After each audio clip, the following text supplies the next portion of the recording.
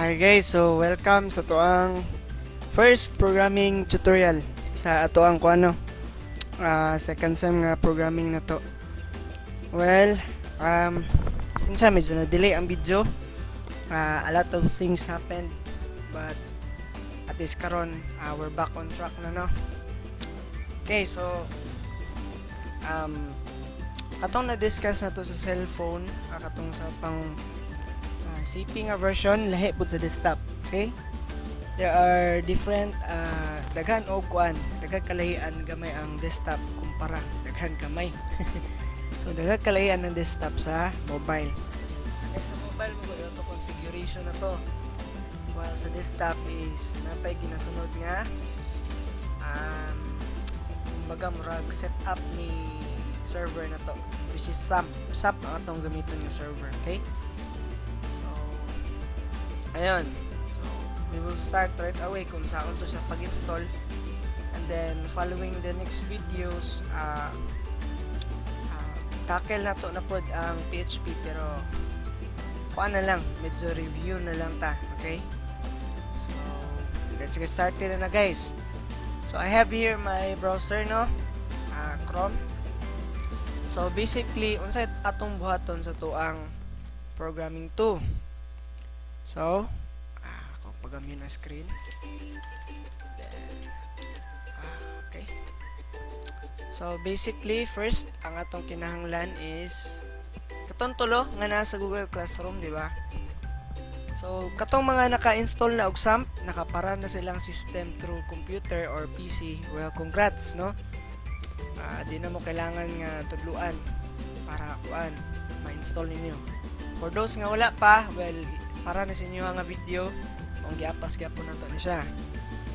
So what we'll be needing is, first is code editor.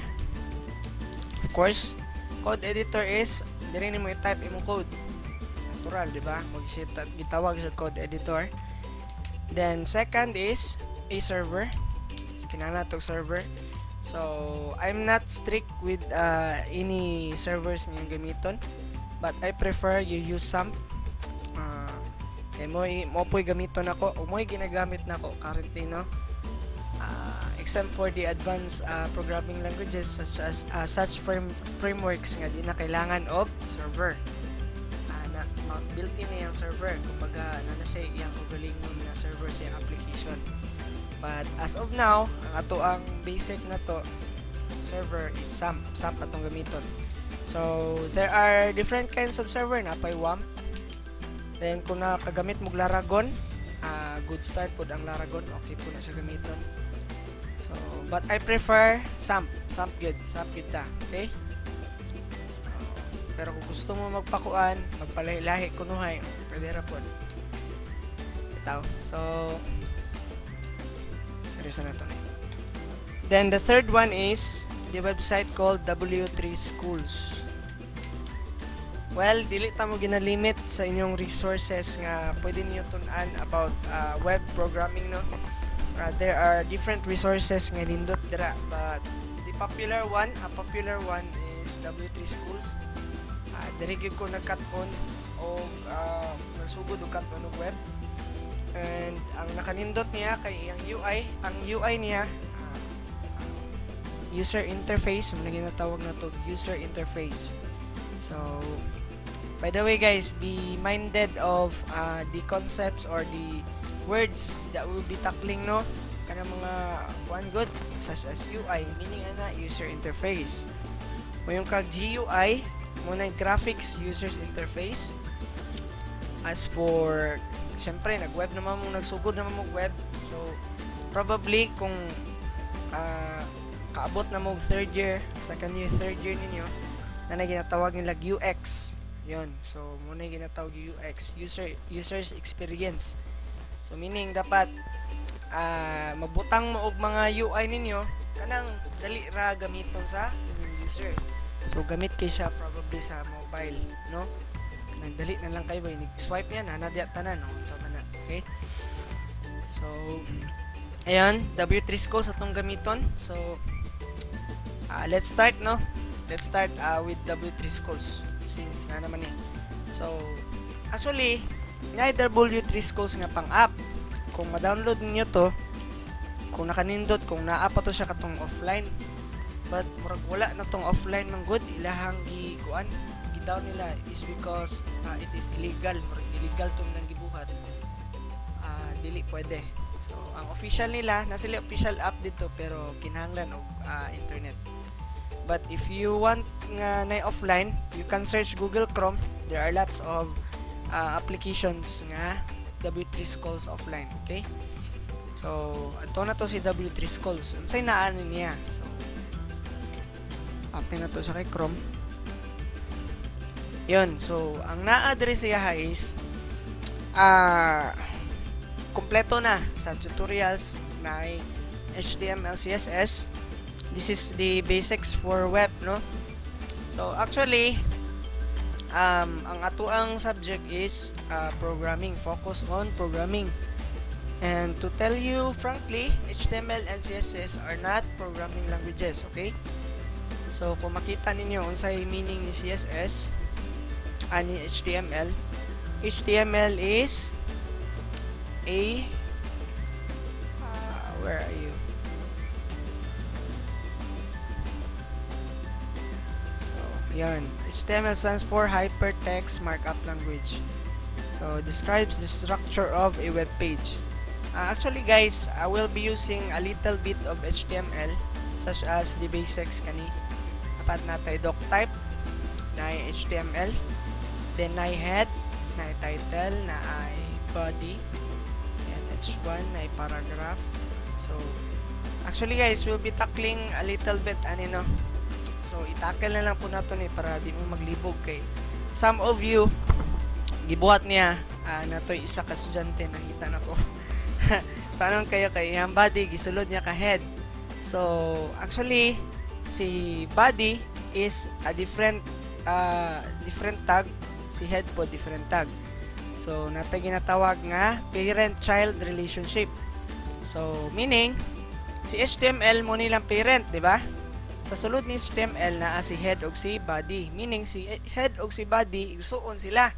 Dili pwede nga si body sulod nimo kay head. Kaya sa may tabo kay sulod nimo sa kang head, mahimo siyang anak ni head. So dapat igsuon sila kay head ug body, they're just igsuon. So ang ilang parent nila si HTML. So later on, tackle na to na, sugda na to nag-tackle after na to nga mag-configure sa to ang 3 kabuok nga kinahanglan para in order nga makabuo ta og makabuo na ta sa tong code, okay? So diri pa ta. So ang ato ang tunan, be mindful nga ato ang focus is si PHP, okay? So naa siya kang server side. So like I've said, like we've tackled sa katong mobile na ko nga version, we have two kinds of programming. So two kinds of programming. The number one is we have the compiled programming languages. The number two, we have interpreted programming languages. Okay, so these do have different kinds of processing of how they compile your output in programming. Okay, so ang number one, unsay nakalahi nin duha nga types of programming.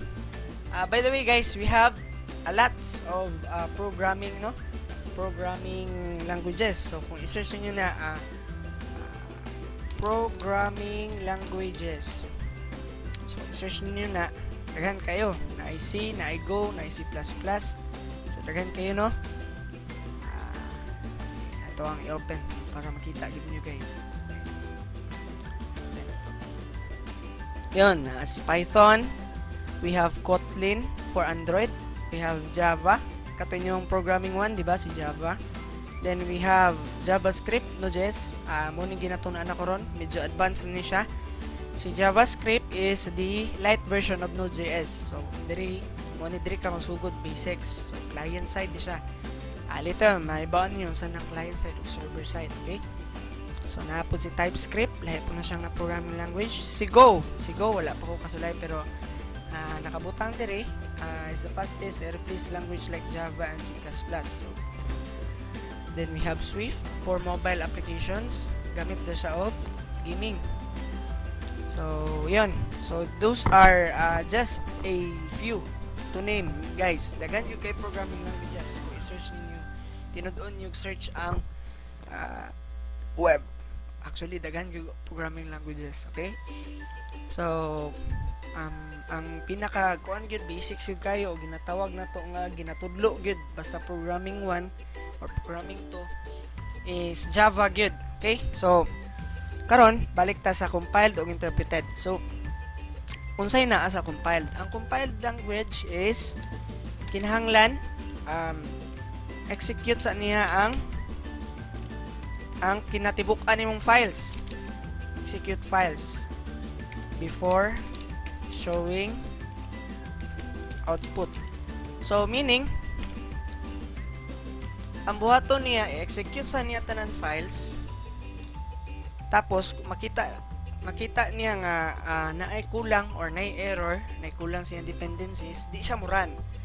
And then kung nakita niya nga pag-build nimo sa iyang program, wala na siya kulang nga dependencies, tama po nimong codes pag coding nimo, meaning ipakita niya ang imong output. So muna siya compiled programming language. So one example of compiled programming language is inyuhang pinaka first programming language nga naibahan, which is Java. Si Java is kinahanglan siya og SDK para muran ang imong programming language, imong Java nga gi-code. And then, di ba, nakabantay mo na i-build ug run. Kung nakabantay mo ana, i-build sa nimo yung project and then i-run nimo siya. Or pwede na run pero actually pag i-click nimo ang run nga button diretso, i-build sa na niya. Why? It's because it is a compiled programming language. So i-compile sa niya tanan nimong programming language nga ay imong codes ug tanan dependencies, and then i-run niya imong output. And ang naka-nindot kang compiled programming language is na siya iyahang SDK sa Java na siya, or ginatawag na siyang sa tawag mo na kay kagalingon niya nasakot ko sa dila kita na sa tumoy dila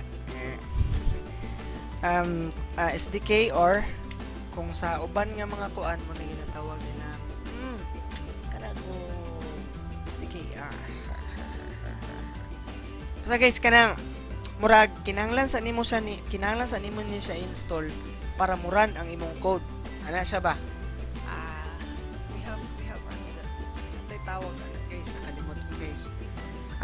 I'll get back to that. Pero muna siya ilabing klaro guys, sa compiled language kinahanglan IDE. Yan, IDE. So, what does IDE stands for? I forgot. IDE. So, sa meaning ni IDE? IDE stands for integrated. Yan, no? Yan, we have integrated development environment. Yan. So, an integrated development environment is a software application that provides comprehensive facilities to computer programmer for software development. Ayun. So, muna ginaingon ako sa inyo guys nga kinahanglan niya og SDK. For example, si Java. So, dili mo run imong Java code kung wala kay SDK. Okay? So, mo'y nakakuan niya. Mulay ang nakabati lang po niya is kinahanglan nimo og medyo dako-dako nga storage kay syempre napaka-IDE niya, napaka-code editor, di ba? So it is a little bit annoying pod kayo siya. But since ang nakanindot niya paspas siya, kay ngano na siya iyang kaugalingong IDE. Na kay kaugaling IDE pag run niya, compile niya, labi na imong file is project nga ginagamit balik-balik, so naka-store na siyang cache or siyang cache. So para pag run mo ana, alam na niya nga mura ni changes, so mura ni ato ang i-execute. So inana siya guys. So you learn caching a little bit, inikuan na ninyo advanced troubleshooting or networking. Wala sa networking, troubleshooting siya. But for now, let's focus here. So muna siya compiled programming language, while si interpreted, unsa si interpreted? So si interpreted is execute codes line by line. So, meaning, kung naa kay codes diri, for example, a popular example for interpreted programming language is PHP. Ngano? So, let's have our PHP right here. Sample lang na to. Inig-build ani, i-run na niya isa-isa line by line. Yan. Pag naay error diring dapita, na-execute na niya. Diri lang siya mag-error. So, ina siya line by line, gina-execute niya ang code, guys. O, ang nakanindot po niya, dili niya kailangan og SDK. Ang kinahanglan niya is for instance, a server. Kinahanglan niya og server. Or, actually, server lang yun kung PHP. Kung mag-JavaScript ka, wala na yung server. Kinahanglan lang niya og browser para mapagawas ang nimo imong code. So, actually guys, si PHP si JavaScript, kung makita ninyo, si JavaScript is on the client side while PHP is on a server side. Si JavaScript, di na niya kinahanglan og SAMP. Di na siya kinahanglan magdagan og server para ma-execute yung code. So, pwede ra kaayo guys nga sa browser ka. So, unsaon siya? For example, gusto ka mag-code sa programming sa console, imong buhaton inspect element. You just right click your browser bisag asa diri, then you click inspect element, and as you can see, we have here a elements, di ba?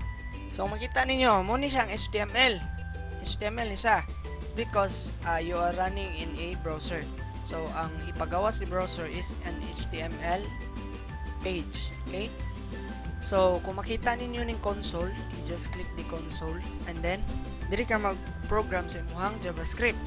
So, i-popular programming code niya, console. So, pakita lang ni guys it's just showing you na pwede ra kayo siya mag-code using browser. So, console log hello world. And then you just click enter, i-press enter, then voila, nanakay hello world sa imong console. Okay? So, ina na siya ka power guys. Ina na siya ka power si JavaScript.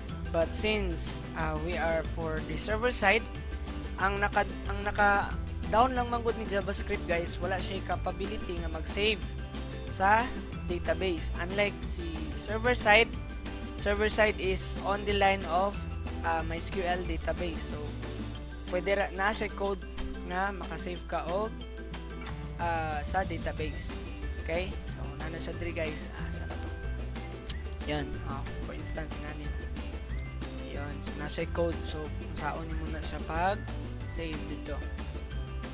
Okay? So, dili lang kita mo dig deep diri guys. Ayan. Third person. See? Wapo kayo, no? So, we will be creating like this one guys po. So, for now, ito lang sa basic. Okay? So, mo naka kuan nila guys, mo naka difference nila. But right now we'll be focusing on interpreted programming languages.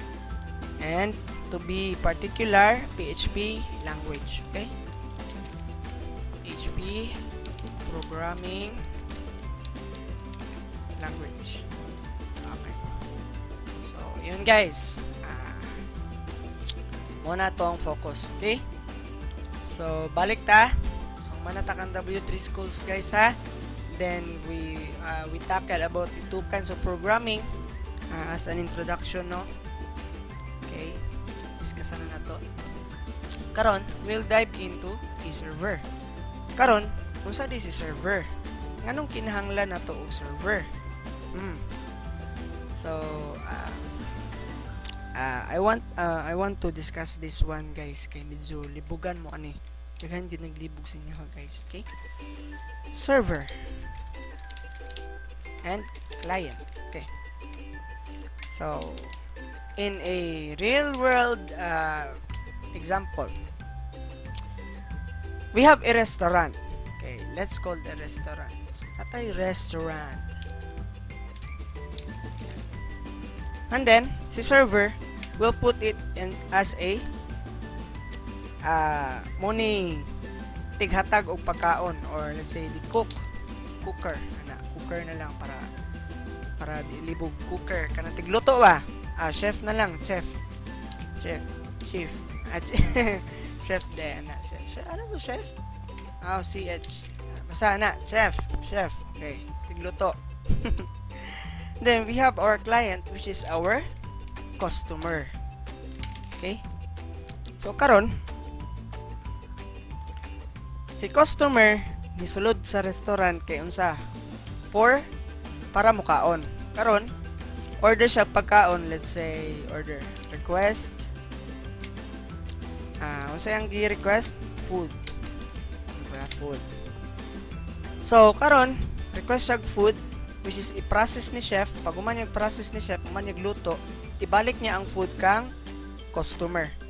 Okay, so inana ang iyahang kuan guys, inana ang sample sa kaning say tawag ana kanang gibuhat nako murag iyang dagan ba, ang dagan niya sa web. Okay, so for instance sa Facebook guys, Facebook taron kaning sample na to dire ato ang ibutang sa Facebook nga kuan nga sample. Ang server si Facebook, di ba? Karon inside client, ang client is kamo or ang user na to. Karon unsa yung request? So for instance, request mo nga mo login. So karon inig-login ninyo, pangayuan mo sa system og sa ipangayoon sa inyo ha. Username og or mobile, di ba? Mobile man ginapangayo ni Facebook. Mobile og password. Karon inighatag ani ninyo karon kang kuan. Inighatag ani ninyo, ini-click nyo sa login. Mo to gibuhat ninyo, gi-request ni Facebook ang server nga kuha daw ning mobile og kaning password kung tinuod ba niya. So karon ihatag niya kung nakita ni sa database ang mobile og ang password, meaning makalagin ka sa imuhang profile.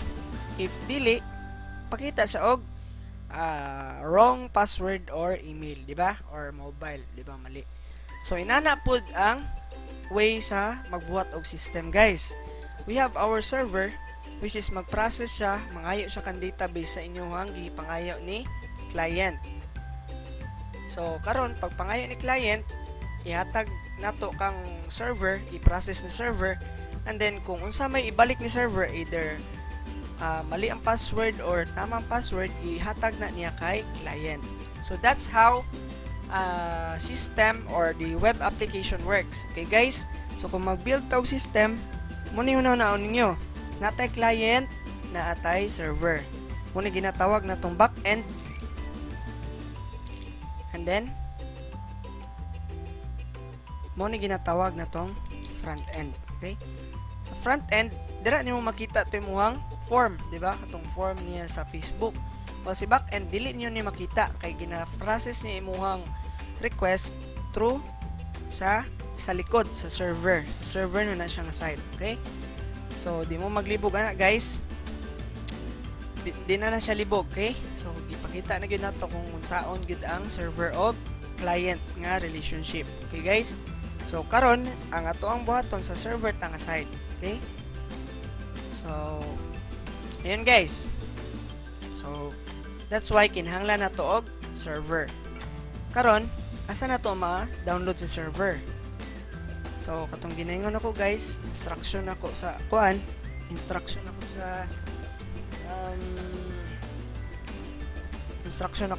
ato ang Google Classroom nga adto ka og Google, and then actually naghatag og link, di ba? Okay. So download SAM. Yan. Ana ni muna makita si Apache Friends. So you just click Apache Friends because we're friends. And then guys, dire makita ninyo a different kinds of OS. Natay Windows, natay pang Linux, natay pang OS. So kompleto guys, kompleto Ricardos. Now, here is a problem sa uban. Labi na kato nga all version nga PC or laptop. guys, actually makita nyo dire different kinds of version mo ni mga latest nila guys. Okay? Karon, ang nakabutang na dire 64-bit. Wala siya 32-bit guys. So unsay buhaton na to ana? Buhaton nyo guys adto mo sa more downloads. Okay? Okay, sa more downloads makita ninyo ang kompleto nga list, no? List sa mga i-download. So likewise, Windows man ta, so click na to ang Windows. Okay? And then after we click Windows, adto mo guys sa kuan. Actually kinahanglan niyo mag-guess guys kay guessing na ni diri. Actually mag-nudge 5. If you click 5, you will have the 32 yun. Makita niyo guys on 32, di ba? And please be aware na 64 natay zip. Ayaw mo sa zip, dito mo sa installer din niya, okay? So natay portable, ayaw po mo pag portable, dito kita sa installer, okay? Pinamugod ni kuan downs ang portable. So you'll just stick to installer. So download niyo na guys. I-download na ninyo. You'll just wait. So your download will start shortly. So save lang na ninyo guys sa inyong folder. Then voila, nanamoy SAMP, okay? So dili kay siya kuan guys, next lang niyo guys and then you allow lang gyud tanan, okay? So wala kay libog ang SAMP guys, dali lang kayo siya install. Mura ra mo kuan. Kablo na mo anay mga IT, syempre. How kay na mag next. Well guys, I will skip the installing part kaya because I know kablo na mo install, no? Di na ta bata nga magsigit pagtudlo nga next ninyo na, next basa, no? Okay, so we'll just fast forward to SAMP. So karon ako SAMP, search na ko si SAMP. Then control panel ta guys. Or if di nyo makita diri guys, you'll just navigate to kaog C. And then you go to C. And then si SAMP folder. And then you navigate sa ubos na ay SAMP control dira .txt. Then you right click and then you run as administrator guys. Don't forget to run it as administrator. Okay? And then you click. And then yes. And yan. Guys, kung makuan mo, kung bago pa lang mo, actually wala ni naka-check diri. Pwede nyo na i-check, meaning ana, kung i-check ninyo na, di ba naka-X na siya dira sa inyo feel gid nako, not feel, I know, naka-X na dira, kay bago pa man yung install. Pag inyo nang i-X, it will, mag-pop up siya message siya, click yes to install the Apache service or the MySQL service. Right? I will not, by the way guys, dili ta mag-deal ani FileZilla, Mercury, Tomcat, okay? Dili na to ni kinahanglan silang tulo. We'll just deal with Apache and MySQL, okay? So focus lang ta kang MySQL ug Apache. Si Apache is our server while MySQL is our database, okay? So karon kung i-click ninyo na, i-click niyo tong X, meaning ana, in-start pa lang sa inyo Windows, naka-run na si SAMP. No need na ninyo na nga, so guys, nakinani pa mong ko na siya. Pakita ko sa inyo ha. As for this also. Stop sana ko siya. Actually, naka-run na mo siya guys. Kay I've been doing many projects right now. Nagangki ko projects no. Mabang-bang. Isa-isawa na ito man. Okay. So, karon nakainani na siya guys. Meaning kung nakainani siya, naka-start siya o kanipong MySQL nimo, meaning wala na siya nagdagan, wala siya nag-run. Kung makita nimo ng port niya dire blanco, na-click mo guna ko ang start. Makita nimo yung port dire blanco, meaning wala siya nagdagan guys, okay? So you need to click start for it to run, okay? So karon kung nakabutang stop dira, meaning nag-run na siya. As you can see, dagan kay ko port gigamit guys. So don't be worried with the port. Just stick kung unsay na ninyo nga port diya. So matingala mo ba nga, uy, dagan lagi kay ko port.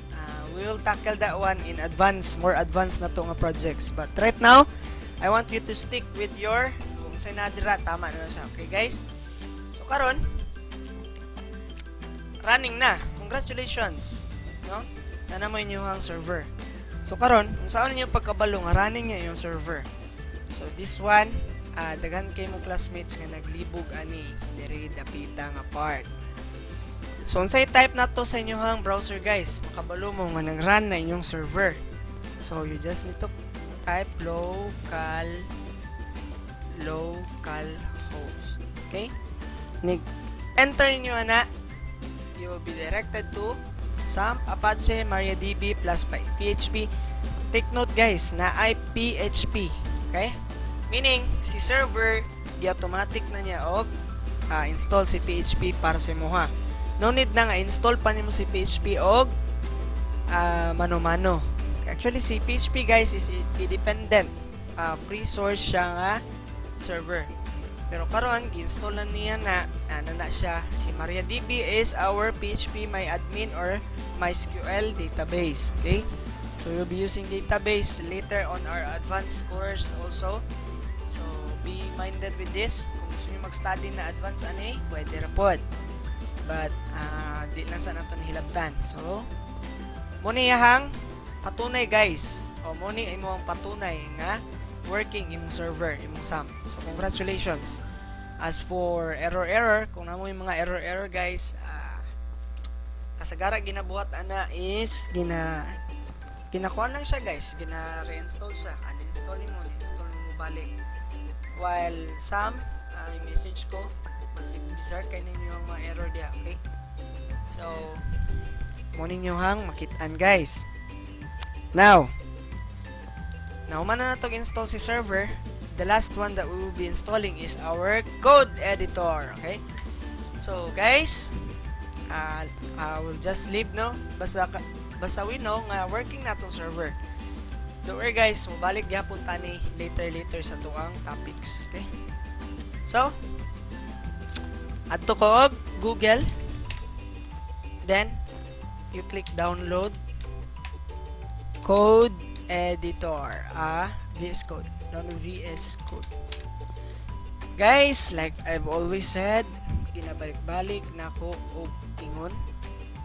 Guys, dili na ko ginakuan gyud nga gina-enforce gid nako nga movie yung gamiton, but I prefer kani gaan na siya guys. Gaan lagi kay sa promise. Mo gini kong ginagamit guys since gwapo kay siya. So i-click nimo sa download. Guys, inig-abot nimo dire. Pinakaunang download mo una na siya kanyo visualstudio.com. code.visualstudio.com. So muna yan lang site, official site.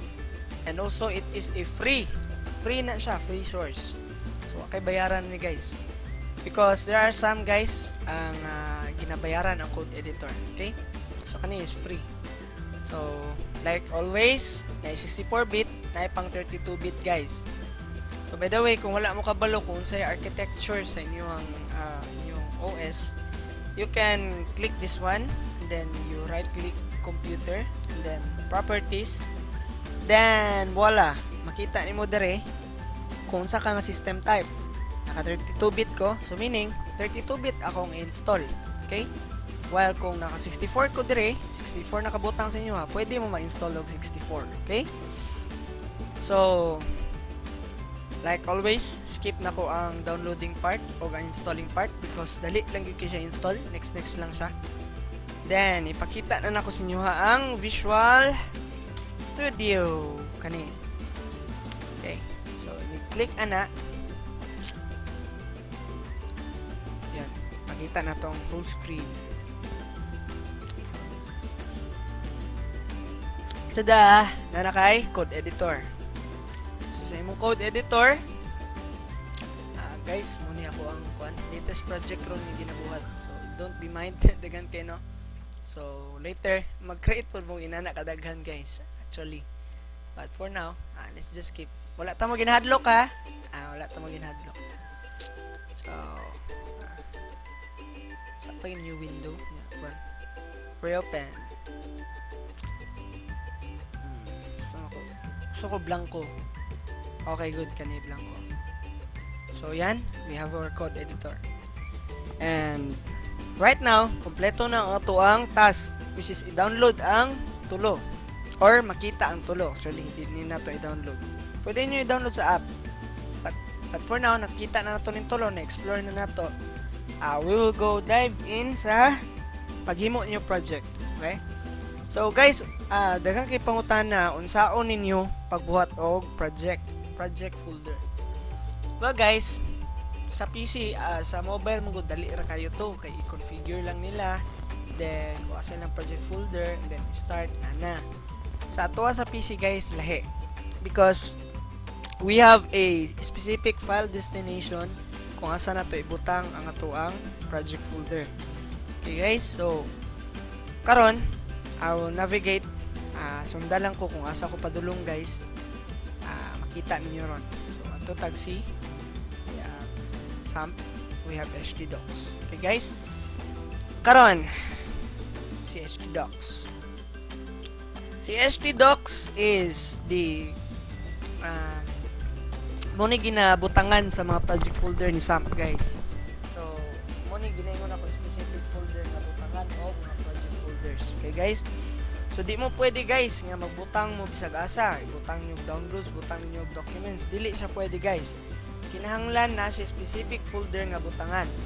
Si adto ka kang si SAMP, and then adto kang htdocs.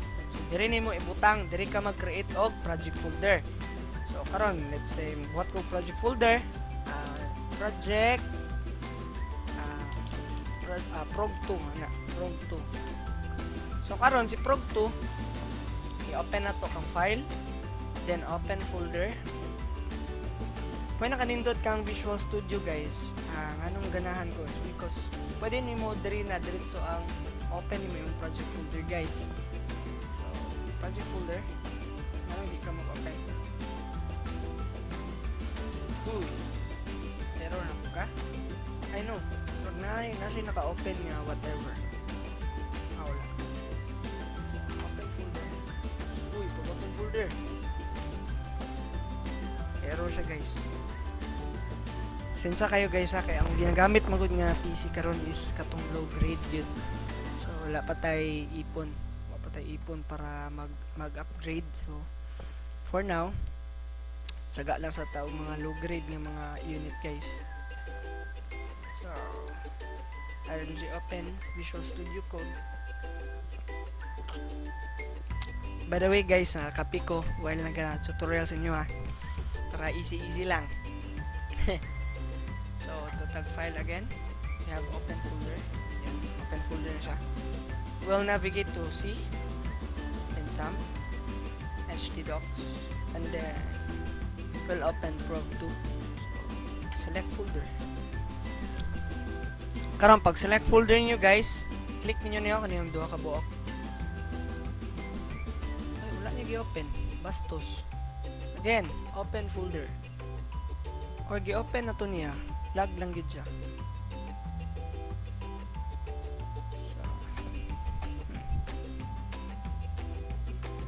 So kay guys lag siya guys. I know by now, siguro guys sa inyo nag-open na tapos ako wala.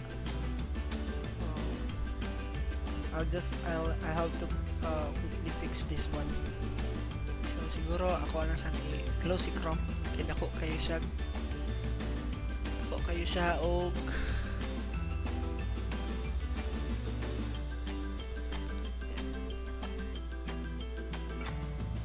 so i-open na to siya. Again, we go to C, then we go to SAMP, we go to htdocs, then we open prog2, select folder. Yan guys, loading na siya. So yun, makita niyo guys, meaning nakaselect na si prog2. Okay? So karon, saan na to pag-add og PHP file? So we'll just have to click this one, kaniyang new file. Then we name it intro.php. Guys, kung magbuhat mo og file, be sure nga naka.php. Kaya dagan kasi yung classmates, kabalo ko nangopya ra pud na. Kabalo ko nangopya ra na siya, naka.txt, no? So kung naka.txt na guys, di na ma-execute imong PHP file. It's because wala siya naka.php. Ang execute lang ni server ang naka.php. So you have to .php that one. So intro.php. Okay? So karon nga naman kay .php. So magsample ta. Then click hello world, echo hello world.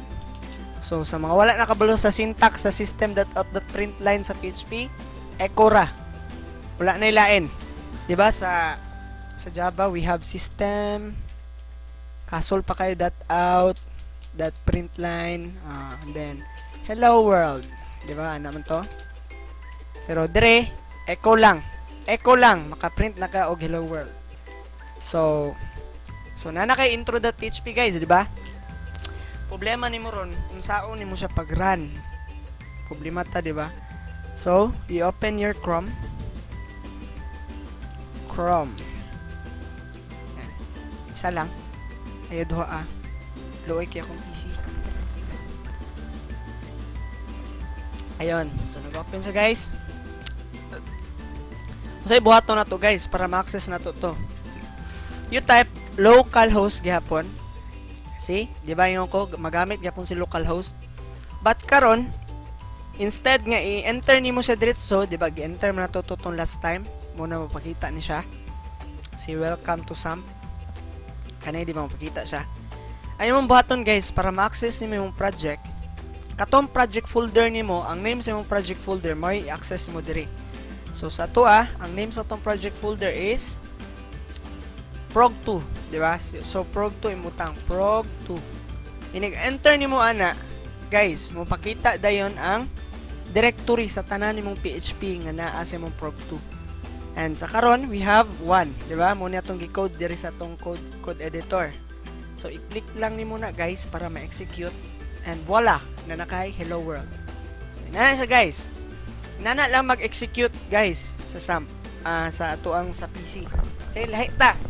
So kinahanglan imuhang project folder naa kay SAMP, naa kay htdocs and naa kay project folder si prog2.